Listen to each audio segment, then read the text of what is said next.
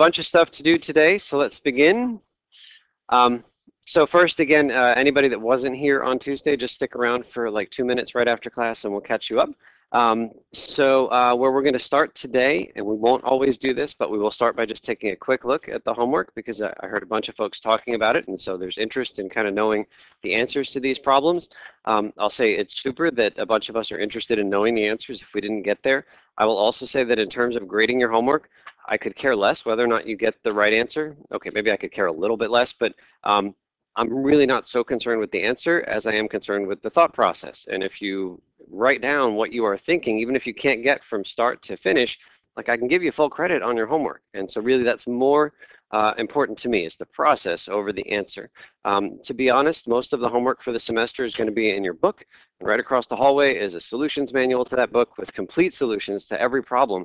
So I don't need you to just go over there and copy the answers. I don't just want the answers. I want to know what you are thinking about, okay?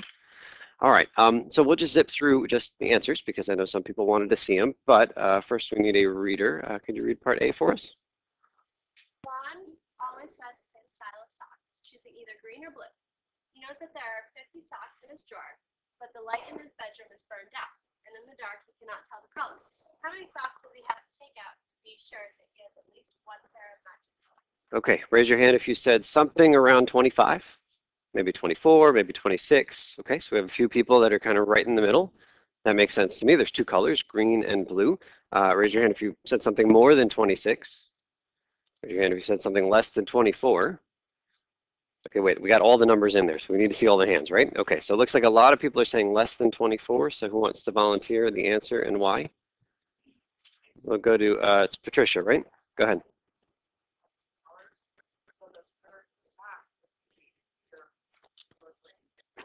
So tell me what the worst case scenario would be for the first two socks.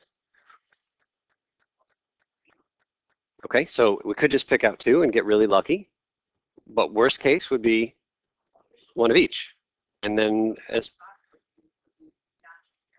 right, it doesn't matter what you pull on the third one, you've already got at worst a green and a blue on the first two pulls. So that third one has to match one of these.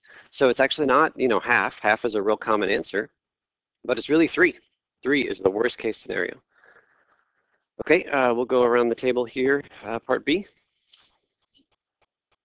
What if Juan has a mix of green, blue, and black socks? How many would he need? Okay, let's pause right there. Green, blue, and black. This time 3 colors. Raise your hand with the number of fingers that you think is the answer. How many socks do we need to take out to make sure we have a match? Okay, I see a lot of people saying 4, and that's good. Worst case scenario, we pull out on the first 3 socks, 1 green, 1 blue, 1 black. And then no matter what happens, that fourth sock has to match one of the first 2. So we said the answer here was worst case 3 socks. Here it's 4 socks. Continuing on, what if I have 4 different colors of socks? We will need 5. Worst case scenario, you grab one of each on the first 4. That 5th one is guaranteed to match something you've seen before. And then n different colors of socks. This is the first time we've seen a variable in this class. You guys have done a lot of algebra in your past. This is a leap that we are asking you to make here between the specific numbers that I gave you and a more abstract concept of n, just this general number, but it's not specific. So if you can kind of look for a pattern, you might be able to pull out what's generally going on. Morgan? Morgan says n plus 1. Agree, disagree? Yeah, Melissa? Yeah, that is the answer. Yeah, that's the answer. Yeah, that's it. No matter how many socks you have, no matter how many colors you have, you just need one more. And that's the pattern that we saw. 2 colors, we needed to pull 3. 3 colors, we needed 4. Okay, any other comments or questions on the sock question? That's a practical solution. Just go get a light bulb. Okay, and feel free, anytime we go over homework at the start of class, and like I said, we're not going to make a habit of doing this every day, but if we do it, you are more than welcome to change, erase, cross out, update your homework, okay? It's totally fine. All right, and then our next reader here.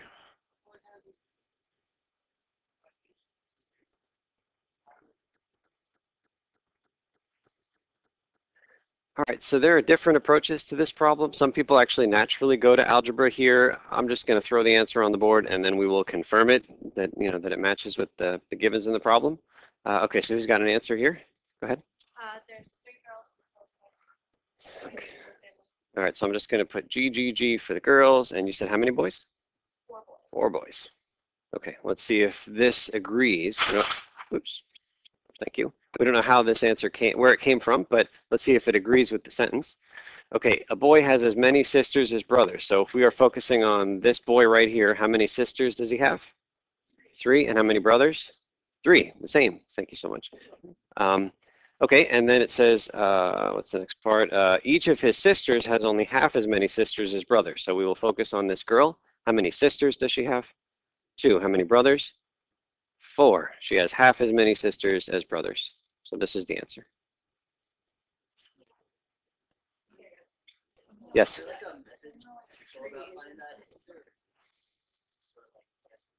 Mariah? Well, I did, but I knew it has to be an autumn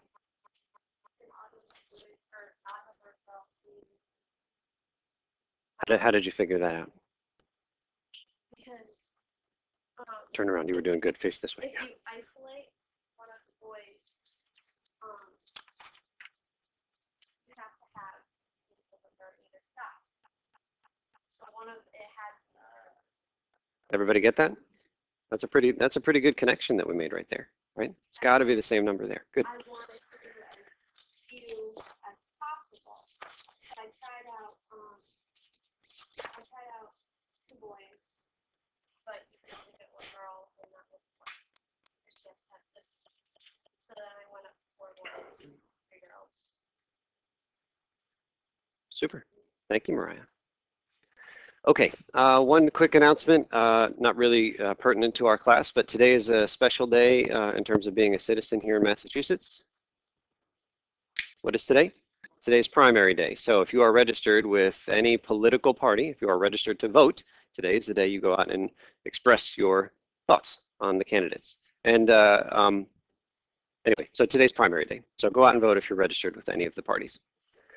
All right, so before we move on to the next page, we'll start here at the bottom so you can get ready there. One note, I have given you guys a handout that is photocopied from another book. It says Unit 3A at the top, so make sure you grab one of those handouts. You don't need to reference it during class, but it will be part of your homework for tonight and over the weekend. Oh, yeah, good question. All right, so there are 2 handouts you are taking with you today, the photocopied Unit 3A, as well as the photocopied answers to Section 3A, okay? So 2 different handouts photocopied from another book. You'll see them referenced in tonight's homework assignment. In terms of handing in the homework to me today, you guys have seen I put a red folder on your table. What you're going to do, only because this is the first time you have the red folder, is you are going to claim one of those 6 rectangles that's on the folder by putting your name on that rectangle. And then every day you come in, you just write down the time that you came in. Really, all I'm looking for is, was it before or after 9:30? So it doesn't have to be like to the second. I just want to know if we're coming in late habitually. This would be a good way for you to kind of see, oh, I'm kind of getting here like 8 minutes late every day. How about I leave 10 minutes earlier than I am? So just make a note when you come in every day, and you just have to write your name on one of those boxes today. And then every day when you come in, you just throw your homework right in the folder, and you'll start there today by putting your homework in the red folder. All right, so there was a lot of information in the syllabus that we didn't cover. Did anybody have any questions? Part of the homework was to just take a look at the syllabus, read through more of the details. Any questions or concerns about the syllabus at this point? Melissa? Mm-hmm. Mm-hmm. You're more than welcome to look ahead. When I was in college myself, and when I was on the ball, I was looking ahead. When I wasn't able to do that, the classroom experience was not as good for me. So I think that'd be great to look ahead. Absolutely. No, absolutely. We are going to together answer a bunch of these questions, but I have given you like all the handouts basically for the whole first third of the semester. So feel free to work ahead. Yeah. Okay, so back to the syllabus. I just want to point out one thing. You can see that I'm wearing a Bluetooth device, and for the last few semesters I've been recording all of my classes, and recording means recording my audio and recording everything that happens up on the computer screen. So I'm just going to show you what this looks like. If you go to the bottom link, which is where you're going to find all of my videos, I'll show you where that takes you. So it's here, and you'll see a list of tons of things with lots of codes in front of it. And so all you have to do is figure out the code. The code you are looking for, 117, that is your course. The year is 2012. It was September the 4th on Tuesday when we met together. So that's the thing that you're going to look for if you want to look at Tuesday's class. If you want to look at today's class, what's the only change? September 06. That's all that matters, right? Don't forget the O in the front of the date. So if we click on that, and last class, I didn't do very much writing on the board, so you can hear that's how we started class the other day. I'm just going to skip ahead a little bit to a part where I was writing something just so you have a sense of what it looks like. Maybe something around here.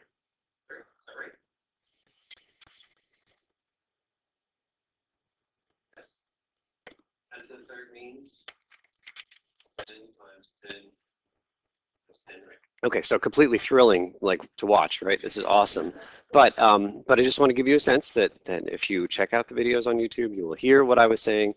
You will see everything that happens up on this smartboard. So what that means is, number one, if you miss a class, this would be a great way to try to see what you missed.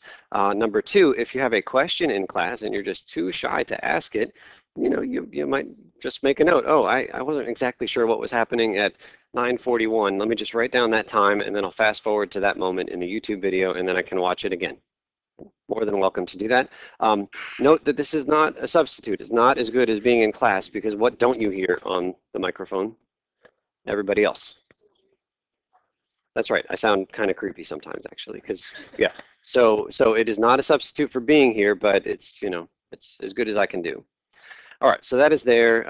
And one last thing. This is the last page of your syllabus.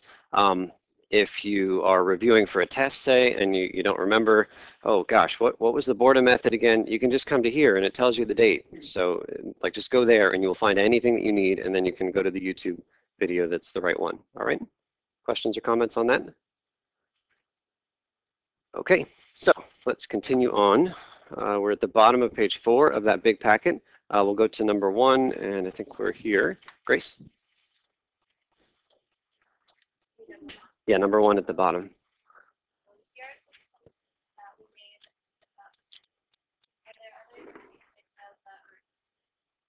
Go ahead. Keep going. Empty room, ceiling won't move, no doorway space or not, staff, pennies, no empty space, rectangular. Okay, so there are a lot of assumptions that we made yesterday or on Tuesday when we were answering the question that was, how many pennies would it take to fill this room? And you needed to make a lot of assumptions because this is an impossibly difficult question to try to answer exactly. And I think I claimed the other day that there is no exact answer to this. If you filled this penny twice, I bet you get 2 different numbers, like literally filling this room with pennies. But a few assumptions that that you made. Maybe you recognize some of these. Maybe you didn't think about them, but we'll just point out. Whether or not the room is empty makes a difference. These desks and the computer, they take up some space. So does the projector. So do all of you. Hopefully, we've evacuated the room before we filled it with pennies.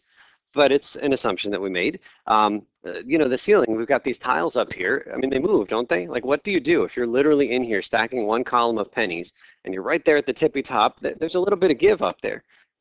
And we don't even worry about it because the problem is already hard enough. We need to make some simplifying assumptions to make this impossible problem something we can access. Did we fill the doorway? I don't know. I mean, you can, like, is the room open? Is it closed? That door takes up some space. Stacks of pennies versus no empty space. A lot of groups, not all the groups, but a lot of groups thought about stacking pennies, and they counted how many pennies in like an inch tall stack and how many pennies when I lined them up, like side by side. But there were other groups who found the volume of this room, say in cubic inches, and they found the volume of a penny. It was easy enough to look that up. You could also use a formula to find the volume of a penny. And they divided the two to figure out how many pennies would be in the room. We took the volume of the room, we divided by the volume of a single penny, and that would tell us how many pennies go in the room. But that assumes that every molecule of space in this room is filled with pennies. Is that possible to fill this room like solid? No, the pennies are round, right? There's going to be a lot of empty space. And so we'll get different answers depending on whether we like think about stacking the pennies versus like literally like maybe melting the pennies down and filling this room with one solid block of whatever pennies are made of.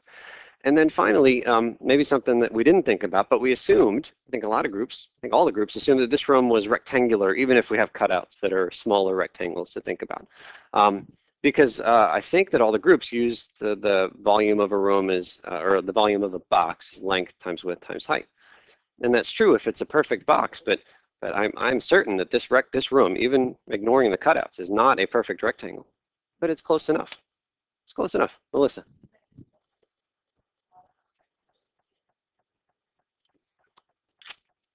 Yeah, there's more room. Yeah, there's more room to fit up in the light fixtures. So you know, there are a lot of different assumptions we made. As long as we are aware of the assumptions we're making, that's all that we can ask for. You make assumptions to take a problem that's really, really hard and make it accessible. Okay, we'll go to number 2. And can we go around here? Can you read number 2? Yes, please. You can just read it off the, can you read it from there?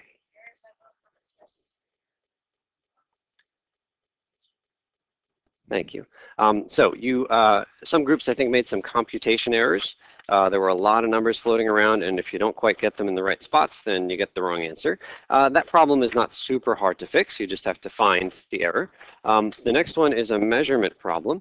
If 2 different people measure the length of this room, I bet we'd get 2 different answers, especially with tape measures that don't go all the way across, right? I think that we had to kind of stop in the middle somewhere. So that's some measurement error, but it's probably small enough that we can ignore it. The last one is the toughest one, an approach error. That's where you have a plan to solve a problem, but it turns out it is fundamentally flawed. And so you follow your plan perfectly, but the plan had a problem from the beginning. That's the hardest to diagnose because you feel in your heart of hearts that the plan is solid. That was your starting point. So anyway, those are 3 kinds of errors. The first 2 are usually pretty easy to fix. The last one is the difficult one. All right, we will go around the table to here, Tim. 3. Here are the main ideas you should take from the penny problem. In textbook problems usually have seven. Oftentimes only one right answer. Solve real life, there is often no way. Our job is to solve the problem, which is find assumptions necessary to make the problem successful. Okay, so it might be disconcerting to many of you for me to say as a math teacher in a math class that a lot of the problems you solve have no right answer. Because in most of your previous math experience, at least recent experience, you have solved things where x equals 5 and that's the number and that's it, and you either get it or you don't get it. And that's not true with a lot of problems in real life. And so I just want to kind of relax that idea that problems have one right answer, and if I get it, then I'm awesome, and if I don't, then I'm a loser. It's neither of the above. It's just do something and make your best guess. Problems are generally hard. Okay, we'll go to the next paragraph here. Are you Huck? Yeah. Yes. Oh, can you jump up to the also part? Sorry. Also, we need to recognize the part of actual information radio. Somebody else. Okay, we're going to skip down to number 4 from here. We'll go to Gina.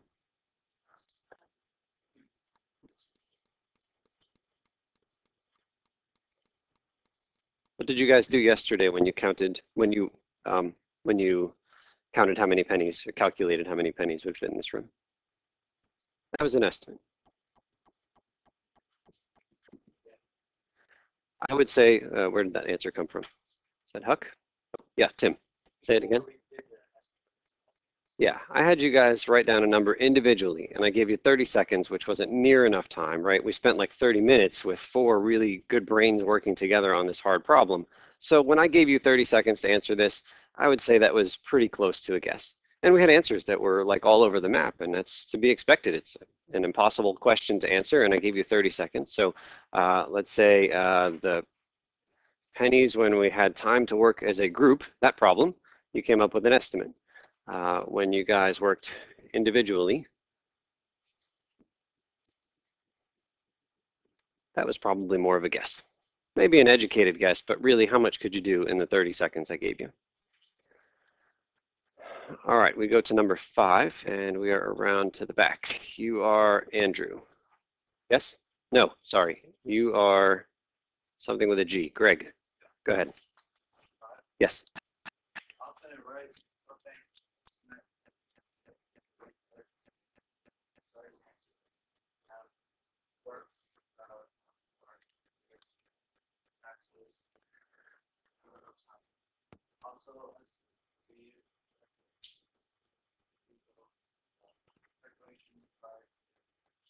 Okay, thank you. We'll go to Gary for 6. Start by making sure we know how to round.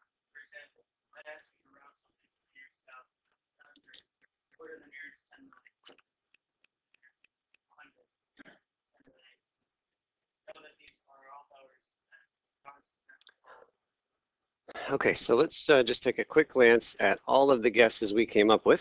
Do you think it would be better to tell this this group who was protesting rising tuitions, right? We did this work, so we could tell them how many pennies they needed to fill this room.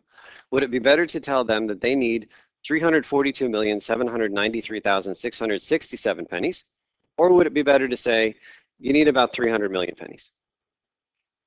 Which one do you think is more useful to them in the big picture? 300 million. I would agree. Do we agree?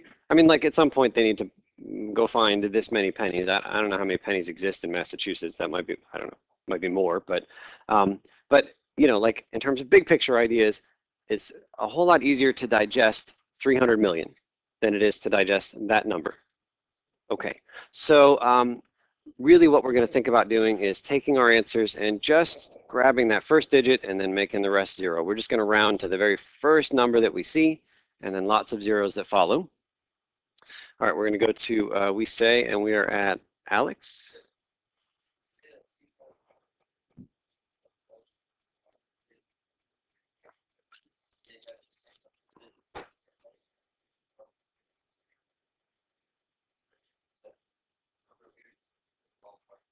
Okay, so again, the problems that we're going to tackle from here and for the rest of today, they have no right answer. If you get the, well, I mean, there's an answer that I looked up online, but if you get the same number of digits as the answer that I found online, you win. You got it right, okay? This is a much wider margin of error than you are used to. You are used to problems where x equals 5 is the answer, and x equals 6 is dead wrong.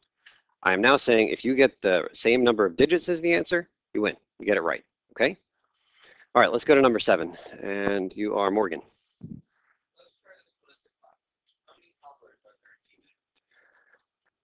Okay, first, what is a cobbler? Someone who fixes shoes. So when I first looked up this problem, I found lots of great recipes for like apple cobbler and peach cobbler and things like that, but that wasn't the cobbler I was talking about. A cobbler is somebody who fixes shoes. Now I'm assuming that nobody in this room right here today has some insider knowledge into the world of cobblers. Is that true? Nobody subscribes to like Cobblers Today or anything? No? Okay. So we really have no knowledge to answer this question. But I contend that we're going to be able to come up with a good estimate. So let's see if we can work through this. Here's the question that I'm going to ask you guys. Raise your hand if at any point in the last 5 years you have had a shoe fixed by a cobbler. I see 2 hands. Yes? Okay. We have 2 people in this room who have had a shoe repaired by somebody who makes their living doing shoe repairs. Super. Let's start there. In this room, 2 out of, and now I'd like you guys to count how many people are in this room. Don't count me.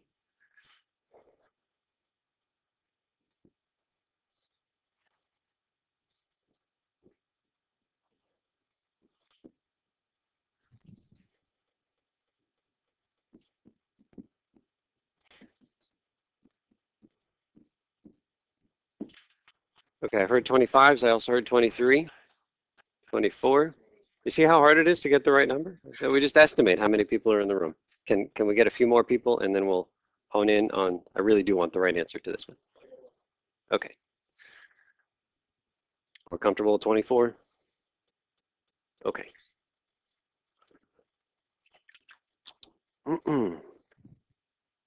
So here is what I'm going to assume, and this is a huge assumption that I'm about to make. But really, that is the only information we can get from the specific people in this room about cobblers, right? Nobody else knows anything really about cobblers. So 2 out of 24 people in this room have used the services of a cobbler. I'm going to assume that 2 out of every 24 Americans have used the services of a cobbler in the last 5 years. Is it true? No chance. But it's an assumption I'm going to make. It's the only thing we can do. Let's just assume that the people in this room are representative of the millions and millions of people in America. It's not going to be perfect, but it's going to be an assumption, and it's about as good as we can do. So here's what we'll say. Assume the same rate for all Americans. I should point out that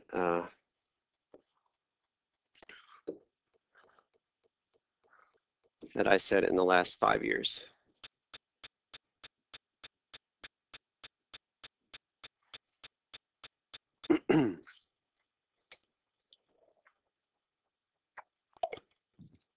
Okay, so now we're going to do some algebra.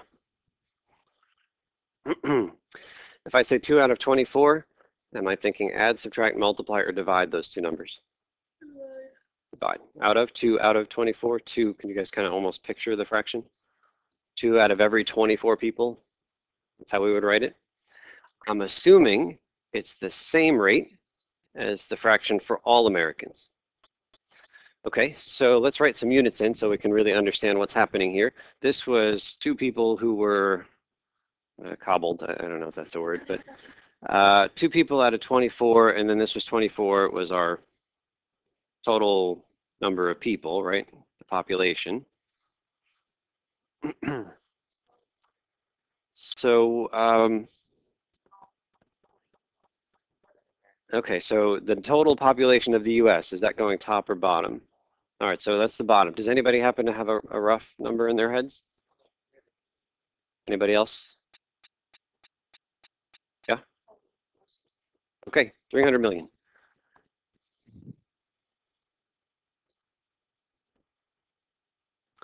And so I think it is around 300 million. Maybe it's 320, but we'll just put 300. But I will say that 300 million is a number that we have experienced recently. What was 300 million roughly? The number of pennies that fit in the room.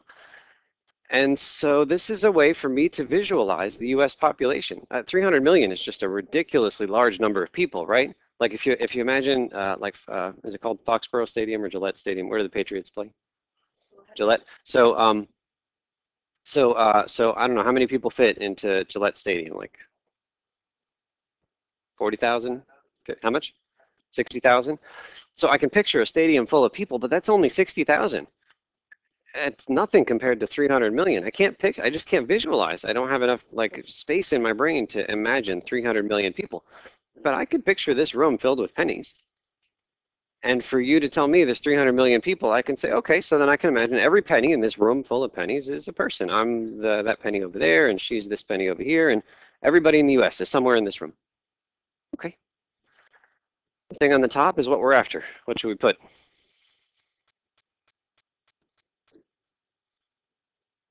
Do we know what goes on top right now?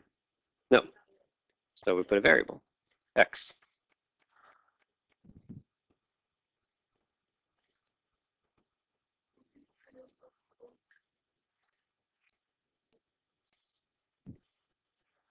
Okay, let's say 60 seconds in your group. Can you guys solve for x?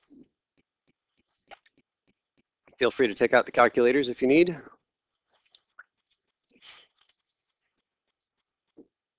Okay, so by some method, you guys were going to solve this equation. It has a fancy math name when you have a fraction equal a fraction.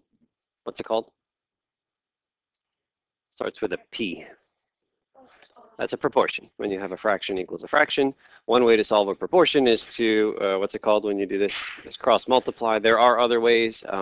If you had Sandy, I think she likes to say, what is it, multiply both sides by both denominators? Does that phrase sound familiar to people that came from Sandy?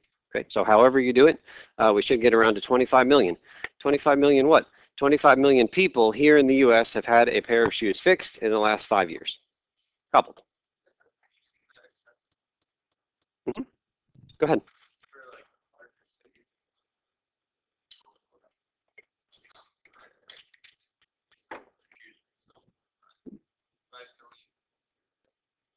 Okay, so it seems reasonable to Morgan. Great.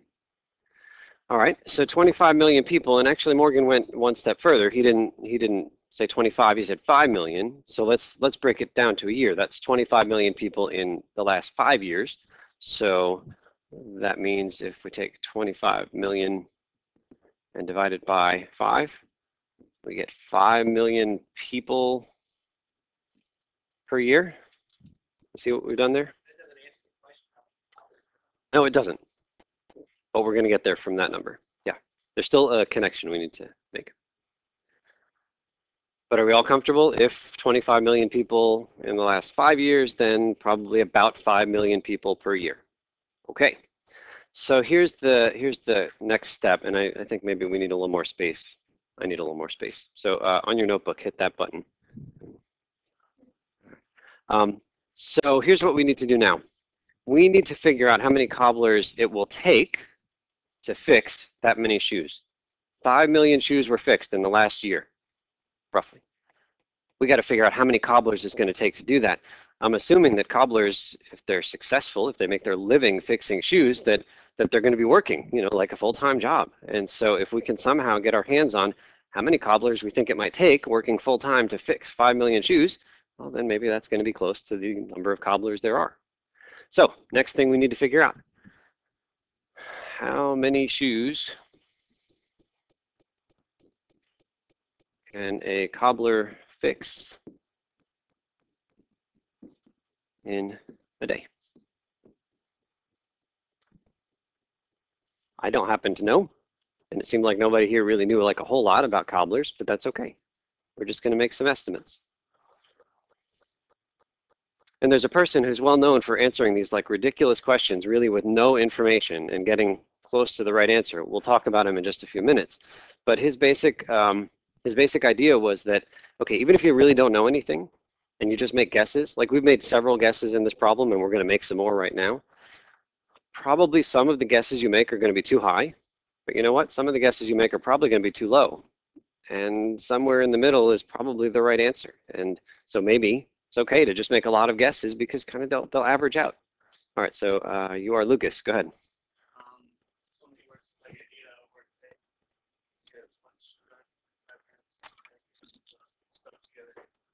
Mm-hmm. Some might be quicker. Mm-hmm. What do we think of Lucas's estimate? Maybe you guys had a number in your head? Anybody want to shout out another number? We can just kind of take a middle number from what we say.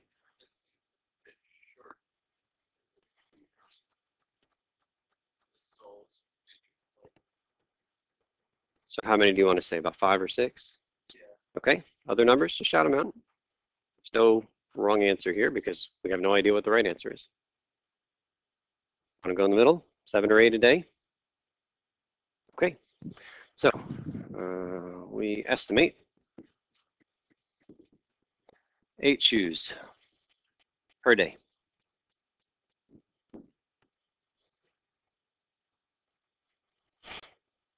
We now need to get from the unit of day over here to the unit of year because we have 5 million shoes that need to be fixed over the course of a full year.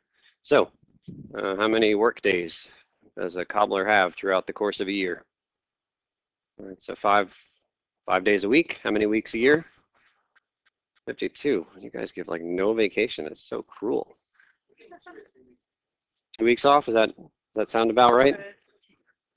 Okay, so at 5 days per week and 50 weeks per year.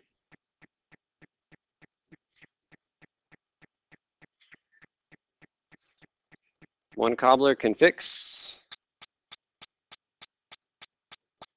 some blank number of shoes per year. Chat with the people at your table. Do this calculation. Any other groups get 2,000 shoes in a year? So that's 8 shoes per day times 5 days per week times 50 weeks per year. Is that right? It's 8 shoes per day times 5 days per week times 50 weeks per year. So we get 2,000 shoes in a year. And fix 2,000 shoes per year. Okay, we are almost there. I'm going to highlight two numbers. 5 million shoes were fixed last year, maybe. One cobbler, every cobbler, can fix about 2,000 shoes in a year. Talk to your neighbors about what we need to do to those two numbers to find out how many cobblers there are in the US. Okay, so we'll come on back up here. I think that all the groups came around to dividing these two numbers. What do we get when we divide these two numbers? 2,500. Okay, shh. That right there is our answer to the riveting question that we started with. How many people make their living cobbling shoes here in the US? We are estimating 2,500 based on really no inside information at all. Morgan.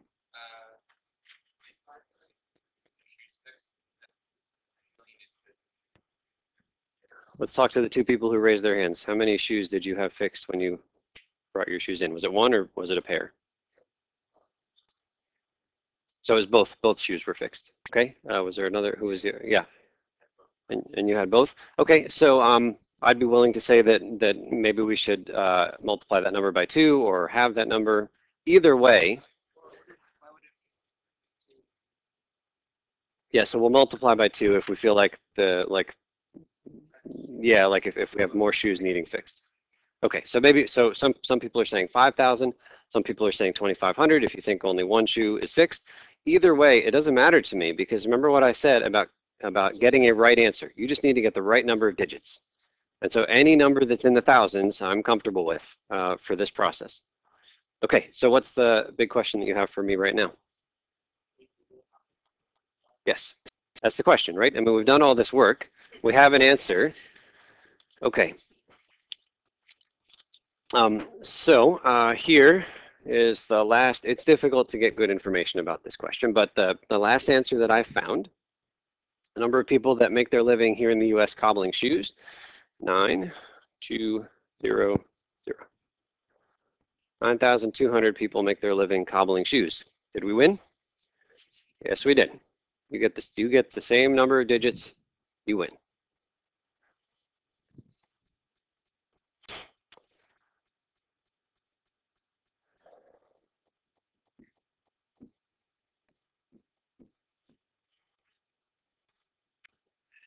And I'll say one last thing here. When we're doing these kind of crazy estimation problems, like I said, it's not so useful to say the number of pennies that fill this room is 347 million, blah, blah, blah, blah, blah. It's better to just get that first digit, round it either up or down, and then zeros the rest of the way.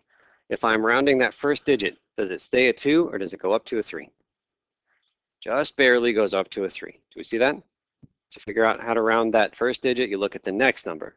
5 is the magic cutoff that goes up. 4 and under goes down. So round to 3,000.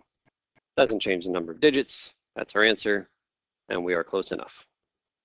Can the people in the back of the room see that green, or is that no good? I can make it darker. It's okay? All right, just let me know. Okay, so when we're ready, we go to the next page. And we'll read a little bit about the man behind these kinds of crazy problems. Where are we now? Are we to Melissa? Melissa, did you read yet? Can you go with number 9?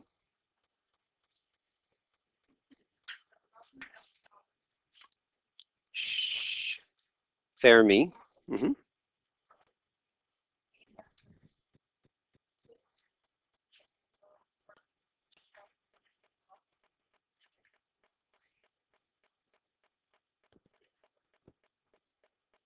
Okay, we'll go to Patricia.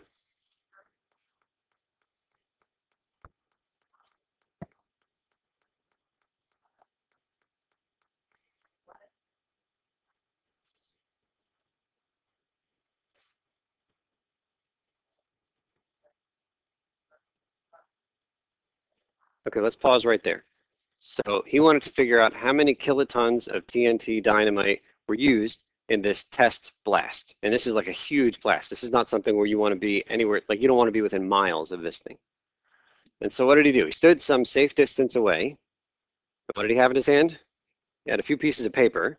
He waited until he wasn't like in danger, but he was close enough that he would feel what?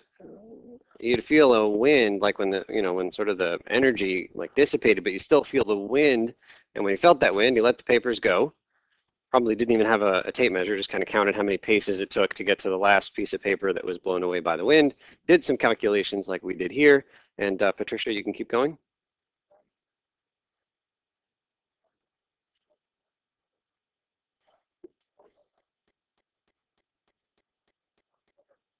And you could see he won because he had the same number of digits.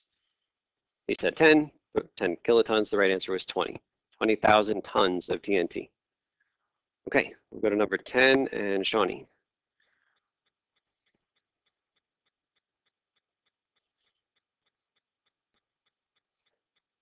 Okay, so yeah, actually keep going, Shawnee.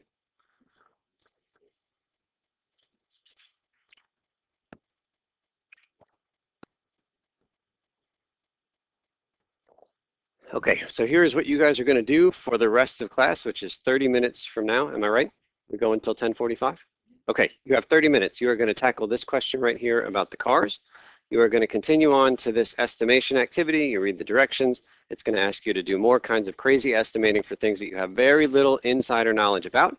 Do the best that you can. I do happen to have some data that I've looked up, so when you get to an answer, call me over and I'll let you know if you have the right number of digits. I am going to put little flags on everybody's tables, so if you get stuck or if you have an answer, just raise the flag.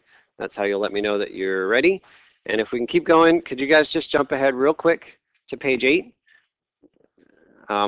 So this is roughly the last thing I'm going to say, and then it'll just be you guys for the next 30 minutes. On page 8 at the top is the homework assignment.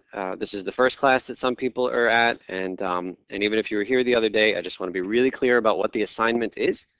So this is the learning objectives after class number 2. This was class number 2. Let's move that there and go here. You can tell it was class number 2 from a few places.